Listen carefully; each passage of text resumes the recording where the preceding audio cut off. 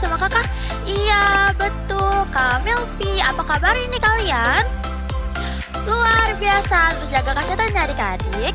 Nah, sekarang sudah siap semua belum? Kalau sudah siap, seperti biasa apa? Iya, tidak boleh makan, minum, atau mainnya. Kita harus ikuti ibadah ini sama seperti beribadah di gereja. Jangan lupa apa? Iya, ajak papa, mama, kakak, adik, siapapun yang berada di sana untuk beribadah bersama-sama. Tema minggu ini adalah dipilih untuk hidup yang berbeda, Yusuf di Mesir. Nah, siapakah Yusuf? Yusuf adalah anak kesayangan Yakub, dan Yusuf merupakan anak pertama Rahel istri Yakub. Mau tahu lebih banyak tentang Yusuf? Kenapa dia bisa menjadi kepercayaan Firaun dan dipilih untuk hidup yang berbeda? Makanya kalian ikuti ibadah ini dari awal sampai akhir supaya kita mendapatkan pengurapan yang baru dan berkat dari Tuhan. Nah, sekarang kita mau mulai ibadah kita bersatu di dalam doa. Bapa kami yang bertata dalam kerjaan sorga, pada hari ini kami ucap syukur dan terima kasih ya Tuhan untuk semua kebaikan-Mu, kemurahan-Mu, anugerah-Mu, berkat-Mu, kasih juga rahmat-Mu ya Bapa. Kalau pada hari ini kami masih bisa dikumpulkan secara online dan kami ingin memulai ibadah kami ya Tuhan, kiranya Tuhan memberkati dari awal pertengahan hingga akhir, agar kiranya puji-pujian kami bisa menyenangkan hati Tuhan. Hanya di dalam nama Tuhan Yesus kami sudah berdoa, haleluya. Amin. Let's praise and worship. Shalom adik-adik, ketemu lagi dengan Kak Rahel. Apa kabar kalian semua? Pasti dalam keadaan yang bersuka cita dong, karena tadi kita sudah memuji dan menyembah Tuhan. Nah, tiba saatnya untuk kita belajar firman Tuhan. Yuk kakak ajak kalian untuk siapkan Alkitab, buku catatan, serta alat tulisnya. Untuk mencatat firman Tuhan kali ini supaya kalian bisa baca lagi nanti. Dan yang pasti untuk mencatat ayat hafalan di minggu ini supaya kalian bisa hafalkan di rumah. Oke, sudah siap? Nah, kakak mau tanya nih sama kalian. Siapa yang pernah atau seandainya ada orang yang memperlakukan kalian dengan tidak baik atau kalian diperlakukan dengan buruk, dengan jahat? Nah, kira-kira kalau hal itu terjadi kepada kalian, apa yang akan kalian lakukan adik-adik? Kakak punya 3 pilihan jawaban. Yang pertama, apakah kalian akan berbuat hal yang sama, berbuat hal yang buruk lagi kepada orang itu dengan alasan untuk membalas dia dengan hal yang jahat lagi? Yang kedua, apakah kalian hanya diam saja, tetapi di dalam hati kalian sebenarnya menyimpan kemarahan? Atau yang ketiga, kalian mau memaafkan orang itu dan tetap melakukan hal yang baik kepada orang itu? Apa jawaban kalian adik-adik? Coba disimpan dulu jawabannya. Karena saat ini kita akan belajar dari seseorang yang melakukan hal yang tepat. Dari tiga pilihan tadi, ia melakukan hal yang tepat yang seperti Tuhan kehendaki untuk kita lakukan. Itu jawabannya yang tepat. Yuk kita sama-sama belajar. Kita akan belajar dari Yusuf. Siapa yang sudah tahu cerita Yusuf? Yang sudah tahu boleh didengarkan lagi. Yang belum tahu kita sama-sama belajar lagi, oke? Nah adik-adik, Yusuf ini adalah anak dari Bapak Yakub. Nah, Yakub ini memiliki 12 orang anak laki-laki. Tetapi dari 12 anak laki-laki yang ia miliki, ia hanya mengasihi Yusuf. Yusuf itu adalah anak yang paling ia cintai, yang paling ia kasihi, yang paling ia sayangi. Bahkan suatu ketika dia memberikan jubah yang sangat indah kepada Yusuf, menandakan bahwa Yusuf ini adalah anak yang paling ia kasihi adik-adik. Tetapi melihat dan mengetahui hal yang dilakukan oleh Yakub kepada Yusuf, perlakuan yang berbeda yang ia lakukan membuat anak laki-lakinya yang lain menjadi iri kepada Yusuf adik-adik. Bahkan mereka membenci Yusuf. Kakak-kakaknya yang lain, saudara-saudaranya Yusuf yang lain membenci Yusuf karena iri hati. Ia menyimpan kebencian kepada Yusuf. Hingga suatu ketika ditambah lagi Yusuf bermimpi adik-adik. Dan mimpinya Yusuf ini semakin membuat saudara-saudaranya yang lain membenci dia. Kira-kira apa ya mimpinya sehingga saudara-saudaranya yang lain semakin membenci Yusuf? Yuk sama-sama kita buka Kejadian 37 ayat 5 sampai dengan ayat yang ke-11. Kejadian 37 ayat 5 sampai dengan 11. Kakak akan bacakan ya, kalian perhatikan ayat Alkitab kalian. Ayat 5. Pada suatu kali bermimpilah Yusuf. Lalu mimpinya itu diceritakannya kepada saudara-saudaranya. Sebab itulah mereka lebih benci lagi kepadanya. Karena katanya kepada mereka, "Coba dengarkanlah mimpi yang kumimpikan ini. Tampak kita sedang di ladang mengikat berkas-berkas gandum. Lalu bangkitlah berkasku dan tegak berdiri. Kemudian datanglah berkas-berkas kamu sekalian mengelilingi dan sujud menyembah kepada berkasku itu." Ayat 8. Lalu saudara-saudaranya berkata kepadanya, "Apakah engkau ingin menjadi raja atas kami? Apakah engkau ingin berkuasa atas kami?" Jadi makin bencilah mereka kepadanya karena mimpinya dan karena perkataannya itu. Lalu ia memimpikan pula mimpi yang lain yang diceritakannya kepada saudara-saudaranya. Katanya, "Aku bermimpi pula, tampak matahari, bulan, dan 11 bintang sujud menyembah kepadaku." Setelah hal ini diceritakannya kepada ayah dan saudara-saudaranya, maka ia ditegur oleh ayahnya, "Mimpi apa mimpimu itu? Masakan aku dan ibumu serta saudara-saudaramu sujud menyembah kepadamu sampai ke tanah?" Maka iri hatilah saudara-saudaranya kepadanya, tetapi ayahnya menyimpan hal itu kepadanya. Menyimpan hal itu di dalam hatinya. Wah, adik-adik, ternyata mimpi yang membuat saudara-saudaranya Yusuf menjadi makin membencinya adalah mengartikan bahwa Yusuf ini akan menjadi orang yang lebih besar dari mereka. Akan memiliki kuasa, orang yang akan dihormati. Saudara-saudaranya, kakak-kakaknya yang membencinya gak percaya adik-adik. Bahkan bilang, "Masa kita akan menyembah kamu? Masa kamu akan lebih besar dari kita?" Gak mungkin. Bahkan mereka menjadi semakin membenci Yusuf adik-adik. Lalu suatu ketika saudara-saudaranya yang lain, kakak-kakaknya lain sedang pergi ke ladang untuk mengembalakan, Yusuf diminta oleh Yakub untuk menghampiri mereka supaya Yusuf dapat melihat keadaan mereka dan memberitahukannya kepada ayahnya Yakub. Dengan taat, Yusuf pun melakukan tugas yang diberikan oleh ayahnya.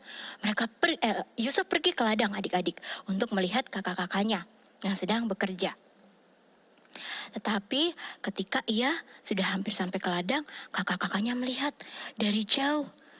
Wah, itu si tukang mimpi itu loh datang, yaitu Yusuf maksudnya adik-adik. Nah, kakak-kakaknya memiliki rencana yang sangat buruk, bahkan sangat jahat kepada Yusuf. Kira-kira apa ya rencana yang mereka rencanakan kepada Yusuf? Kakak akan bacakan lagi yuk. Kalian lihat Alkitabnya lagi, kita baca di ayat 18 sampai dengan ayat yang ke-24. Dari jauh ia telah kelihatan kepada mereka. Tetapi sebelum ia dekat pada mereka, mereka telah bermufakat. Cari daya upaya untuk membunuhnya. Wah, adik-adik, ternyata rencananya sangat jahat. Mereka merencanakan untuk membunuh adiknya sendiri, yaitu Yusuf. Jahat banget ya adik-adik. Lalu, kakak lanjutkan ya ayat 19. Kata mereka seorang kepada yang lain, "Lihat, tukang mimpi itu datang. Sekarang marilah kita bunuh dia dan kita lemparkan ke dalam salah satu sumur ini. Lalu kita katakan seekor binatang buas telah menerkamnya. Dan kita akan lihat nanti bagaimana jadinya mimpinya itu. Ketika Ruben mendengar hal ini, ia ingin melepaskan Yusuf dari tangan mereka. Sebab itu katanya, janganlah kita bunuh dia. Lagi kata Ruben kepada mereka, janganlah tumpahkan darah, lemparkanlah dia ke dalam sumur yang ada di padang gurun ini. Tetapi janganlah apa-apakan dia. Maksudnya hendak melepaskan Yusuf dari tangan mereka dan membawa kembali kepada ayahnya.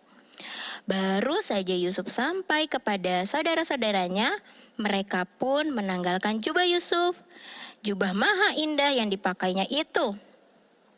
Dan mereka membawa dia dan melemparkan dia ke dalam sumur.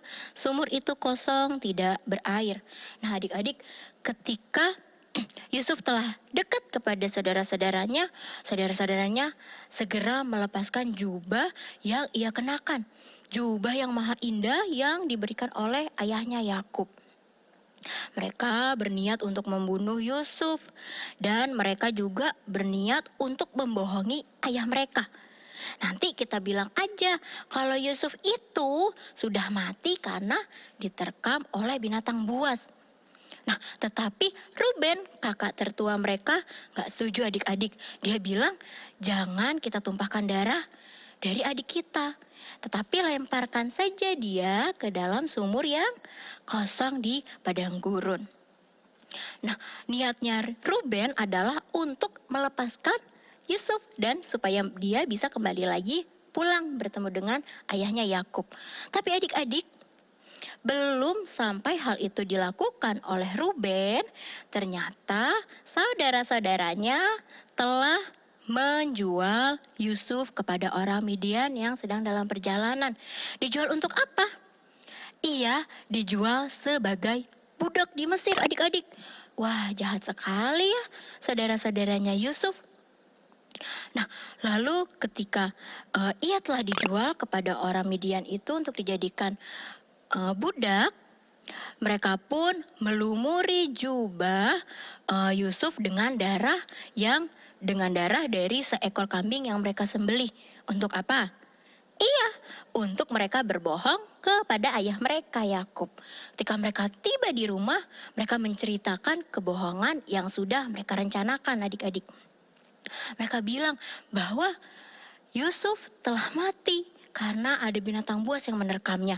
Coba ayah lihat, apakah ini jubah milik Yusuf? Wah adik-adik, tentu saja benar karena memang itu adalah jubahnya Yusuf ya. Nah, ayahnya pun sangat sedih karena anak yang paling ia cintai, anak yang paling ia kasihi, mati. Tetapi ingat, ayahnya hanya saja dibohongi oleh cerita anak-anaknya yang lain, saudara-saudaranya Yusuf yang lain. Nah, lalu ketika di Mesir, Yusuf ini dijual menjadi budaknya Potifar, adik-adik. Potifar adalah salah satu pegawai istana Mesir yang ketika itu dipimpin oleh Fir'aun. Nah, ketika ia menjadi budak, ia beroleh kasih dari tuannya Potifar. Karena apa? Karena Yusuf ini orang yang jujur, adik-adik. Dia orang yang baik, ia orangnya bijaksana, ia melakukan segala pekerjaan dengan sangat baik sehingga ia mendapat kasih dari Potifar dan ia diberikan kuasa untuk seluruh harta benda yang Potifar miliki di dalam rumahnya. Karena ia mengetahui Yusuf adalah orang yang jujur. Tapi adik-adik, hal buruk kembali terjadi kepada Yusuf. Ternyata di rumah Potifar ia juga diperlakukan secara tidak baik, yaitu ia difitnah atau dituduh dengan hal atau perbuatan yang sama sekali tidak ia lakukan. Ia difitnah oleh istri Potifar, adik-adik, sehingga menyebabkan ia dimasukkan ke dalam penjara. Wah, adik-adik, dia sudah melakukan hal yang baik. Dia sudah dikasihi oleh Potifar tuannya, tetapi tetap aja ada orang lain yang memperlakukan dia secara buruk. Tetapi adik-adik, ketika Yusuf ada di dalam penjara, Yusuf tetap percaya bahwa Tuhan menyertai dia. Dan benar, Tuhan tetap menyertai Yusuf dan Tuhan memiliki rencana yang sangat besar kepada Yusuf. Nah, suatu ketika Firaun, raja yang memimpin Mesir ketika itu, bermimpi adik-adik. Ia bermimpi sampai 2 kali, tetapi tidak mengerti apa arti dari mimpi itu. Bahkan penafsir-penafsir mimpi, ahli-ahli penafsir mimpi pun tidak bisa mengartikan mimpi yang dimimpikan oleh Firaun. Ia sudah panggil dari orang-orang banyak, gak ada satupun yang dapat menafsirkan mimpinya itu. Lalu sampai suatu ketika salah satu pegawai dari Firaun bercerita tentang Yusuf. Karena Yusuf ini pandai atau ahli dalam menafsirkan mimpi. Mereka sudah pernah menceritakan mimpi mereka dan Yusuf mampu untuk mengartikan, menafsirkan dengan tepat mimpi mereka. Ia ceritakan Yusuf kepada Firaun. Lalu Firaun pun meminta Yusuf untuk menghadap kepadanya. Akhirnya Yusuf pun dikeluarkan dari penjara adik-adik dan menemui Firaun. Ketika ia menemui Firaun, Firaun pun menceritakan mimpi yang ia alami adik-adik. Nah, lalu Yusuf pun menafsirkan mimpi dari Firaun dan ia bukan hanya mengartikan mimpi itu saja, tetapi ia juga memberitahu adik-adik apa yang harus dilakukan oleh Firaun untuk mimpinya itu, untuk hal yang akan terjadi itu adik-adik. Yusuf mengartikan mimpinya Firaun itu bahwa akan ada 7 tahun kelimpahan dan akan ada 7 tahun kelaparan di tanah Mesir, bahkan sampai ke Israel. Nah, ketika itu Yusuf memberitahu apa yang harus dia lakukan. Yusuf meminta supaya Firaun mencari orang yang berakal budi, yang bijaksana untuk ia dapat memintanya mengatur ketika 7 tahun kelimpahan itu supaya hasil panen dari seluruh rakyat atau bangsa Mesir disimpan adik-adik. Ketika 7 tahun kelimpahan akan disimpan dan ketika 7 tahun kelaparan tiba, mereka masih memiliki persediaan makanan karena sudah disiapkan dari 7 tahun sebelumnya. Nah, melihat hal itu dan mengetahui hal itu, Firaun pun menghormati penafsiran dari Yusuf adik-adik. Ia menanggapinya dengan baik dan Firaun pun mengangkat Yusuf dan meminta Yusuf untuk menjadi penguasa atau berkuasa di tanah Mesir. Ia memintanya untuk menjadi orang nomor 2 yang berkuasa di tanah Mesir setelah Firaun. Jadi ia meminta Yusuf untuk membantu Firaun untuk memimpin bangsa Mesir adik-adik. Nah, ketika kelaparan itu datang adik-adik, kalian tahu apa yang terjadi?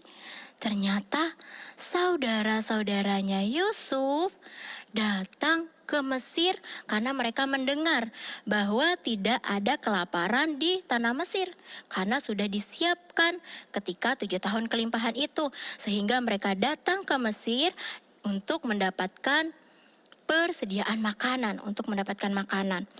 Tetapi terkejutnya adalah ketika ia datang, ternyata Yusuf sudah menjadi penguasa nomor 2 di Mesir adik-adik. Ia ketemu adiknya yang sudah mereka tinggalkan di dalam sumur, yang sudah mereka anggap mati, ternyata menjadi orang yang besar. Ternyata mimpinya Yusuf itu benar. Mimpinya Yusuf itu digenapi. Tetapi kira-kira apa yang akan dilakukan oleh Yusuf ya? Kan kakak-kakaknya sudah sangat jahat sama dia. Sudah sangat memperlakukan dia tidak baik.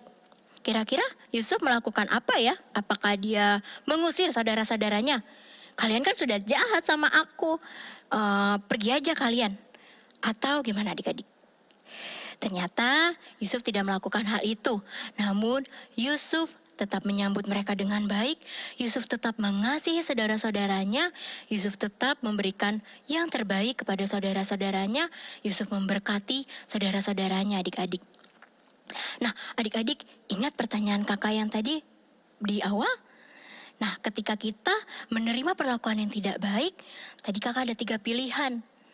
Nah, pilihan yang tepat adalah pilihan yang dilakukan oleh Yusuf, yaitu ia tetap memaafkan, ia tetap mengasihi, bahkan ia tetap melakukan hal yang baik kepada saudara-saudaranya, sekalipun saudara-saudaranya telah membuangnya, telah melakukan kejahatan kepada dia. Adik-adik, kita sama-sama belajar dari firman Tuhan kali ini.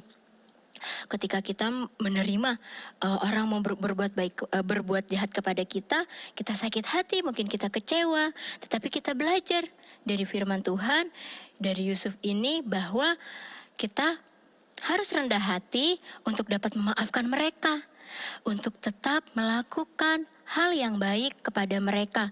Karena hal itulah yang Tuhan kehendaki untuk kita lakukan. Amin.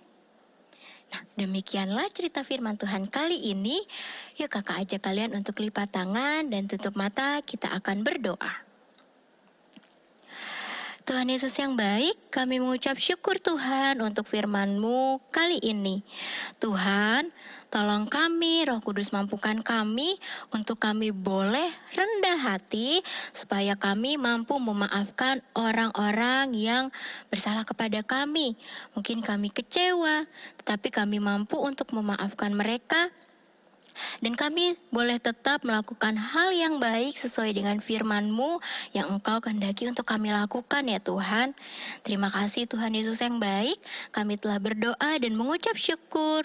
Haleluya. Amin.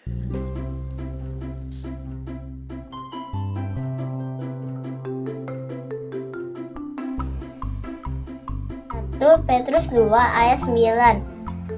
Tetapi kamulah bangsa yang terpilih, imamat yang rajani, bangsa yang kudus, umat kepunyaan Allah sendiri, supaya kamu memberitakan perbuatan-perbuatan yang besar dari Dia yang telah memanggil kamu keluar dari kegelapan kepada terangnya yang ajaib.